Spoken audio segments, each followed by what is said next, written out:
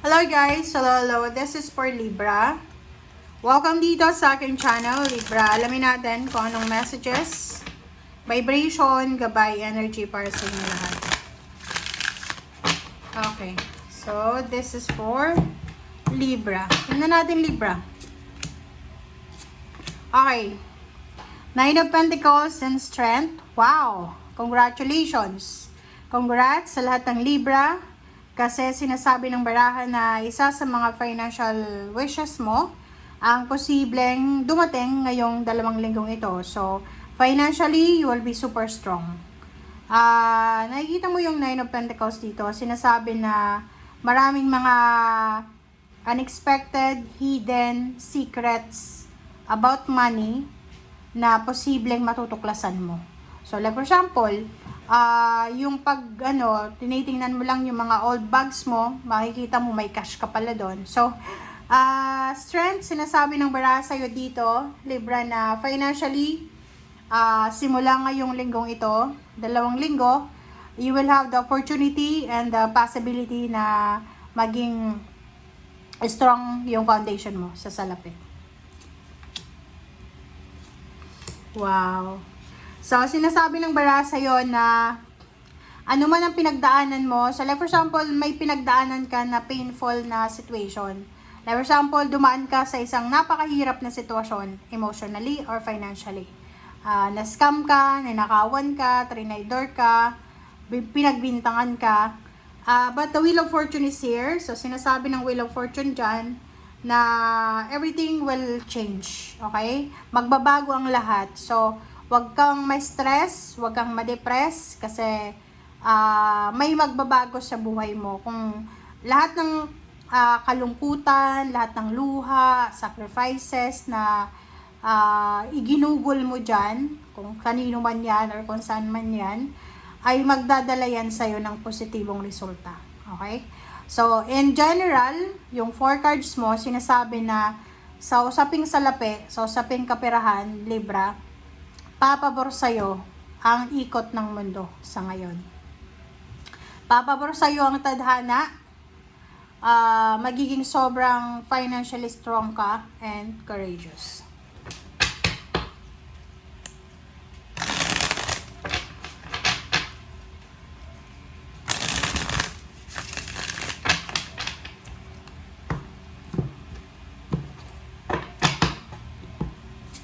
Okay, King of Wands. Wow!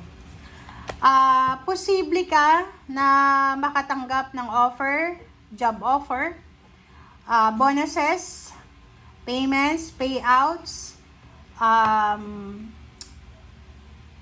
kung ano man to sa trabaho. Okay? So, sinasabi na pwedeng ma-promote ka din. There's a promotion, salary increase, recognition, makakatanggap ng awards, rewards, pwedeng ilipat ka ng branches, parang ganun. Emotionally, sinasabi ng baraha sa'yo dito na huwag kang masyadong mag-panic, mag-alala, malungkot. Nakikita ko sa'yo dito, meron ditong Libra na hindi makatulog sa gabi ng maayos kasi nag-overthink ka, nag-overanalyze ka sa mga past situations, especially sa emotion mo. But sabi ng baraha sa'yo sa Ace of Cups na wag kang mag-isip sa past mo. Okay, you need to focus sa kung ano yung darating sa'yo. Kasi lahat ng pain and heartaches mo from your past, ibabalik yan sa'yo in terms of money. Parang, like, sinaktan ka emotionally, niloko ka financially. Tapos, ang universe, ibabalik sa'yo yung good karma sa paraang kailangan mo, which is your pera. Okay? Diba? Sabi sa'yo ng baraha sa'yo, huwag kang mananatili dyan sa sama ng loob, sa pain and heartaches mo, sa resentments mo, sa grudges mo. And you need to move on. Okay? Kailangan mo nang mag-move on. Bumangon ka dyan sa kung nasaan kang stagnant na situation. Move on and move forward. Okay, oh wow, Zero the Fool and the Wheel of Fortune. So, sinasabi ng baraha sa'yo dito, Libra, na oras na, sa linggong ito, if may pagkakataon na makapagsimula ka ulit, baguhin lahat, go for it. Okay? So, sinasabi ng baraha, maybe there's a reconciliation. Maybe may mag-ask ng forgiveness, may hihingi ng tawad, ganito. And maybe then, yun, magsisimula. Like you're moving on from your past. So, nakikita natin dito na malaking bagay yung magsisimula sa'yo. Para siyang 360 degrees na pagbabago sa buhay mo. May magsisimula ng bagong trabaho, bagong negosyo, healthy lifestyle, may magta-travel siguro, yung iba, may career change, may magbabago ng mindset, ganun. So, ang dami-daming pagbabago na posibleng maganap sa'yo sa 2 linggong ito.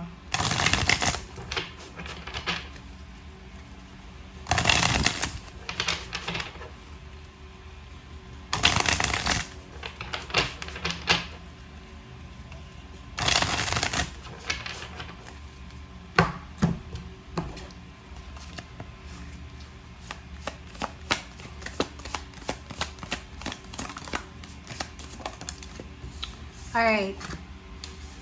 Coyote Spirit. Ano man ang pinagdadaanan mo sa ngayon, masaya ka man or malungkot, trust the divine. Okay? Magtiwala ka sa Panginoon, sa universe. Electric Eel Spirit. And, alam mo, napakabuti mong tao. Diba? Isa sa pinakamabuting zodiac sign ay Libra. Sila yung tao na mabilis silang magtiwala, napaka-empathic nila, maawain, and at the same time, mabilis ka ding maloko kasi sa nature mo, natural kang mabuting tao. So, sinasabi ng bara sa'yo dito na kung may mga taong sinaktan ka by words or by actions, family man, kadugo, or hindi ka kakilala, hayaan mo lang. Okay? Hayaan mo lang kasi babalik at babalik yun sa kanila. Kasi ikaw, sa Libra, parang kang bato. Diba?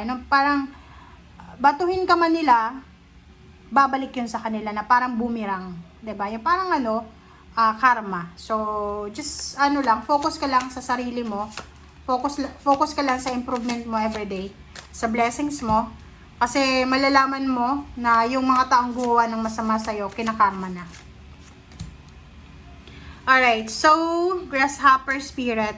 Leap of Faith, Zero the Fall. So, sinasabi ng bara sa'yo na if hindi ka masaya, hindi ka kontento sa kung anong kinalalagyan mo sa ngayon, napapagod ka na. So, oras na para subukan mo na lumipat, subukan mo na hanapin yung kalayaan, subukan mong magpahinga, parang ganun. And, sinasabi ng bara sa'yo na everything happens for a reason, Libra. So, lahat ng nangyayari sa buhay mo may rason. Nakasakit sa'yo, sinaktan ka, niloko ka, ninakawan ka, bahala ng karma sa kanila. Okay? Thank you guys. Bye!